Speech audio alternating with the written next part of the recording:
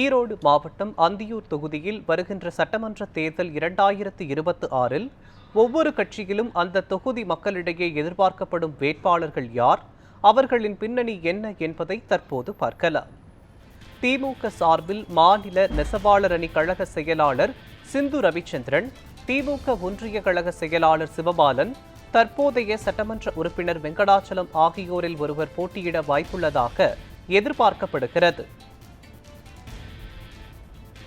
அதிமுக சார்பில் அந்தியூர் தொகுதி முன்னாள் அதிமுக சட்டமன்ற உறுப்பினர் ராஜா, வழக்கறிஞர் சுப்பிரமணியம் மற்றும் முன்னாள் அதிமுக அந்தியூர் தொகுதி சட்டமன்ற உறுப்பினர் ரமணிதரன் ஆகியோரில் ஒருவருக்கு வாய்ப்பு கிடைக்கும் என அப்பகுதி அதிமுகவினர் தெரிவிக்கின்றனர்.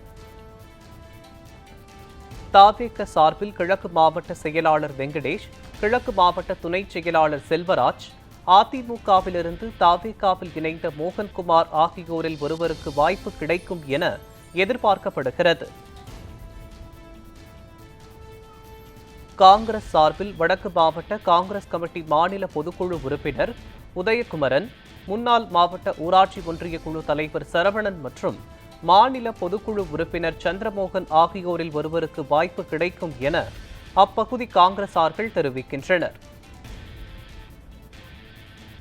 பாஜக சார்பில் அந்தியூர் 10 வருடமாக மாவட்ட பொதுச் செயலாளராக பதவி வகித்த பர்குனன், மாநில செயற்குழு உறுப்பினராக உள்ள மோகன்குமார் ஆகியோரில் ஒருவருக்கு வாய்ப்பு கிடைக்கும் என எதிர்பார்க்கப்படுகிறது.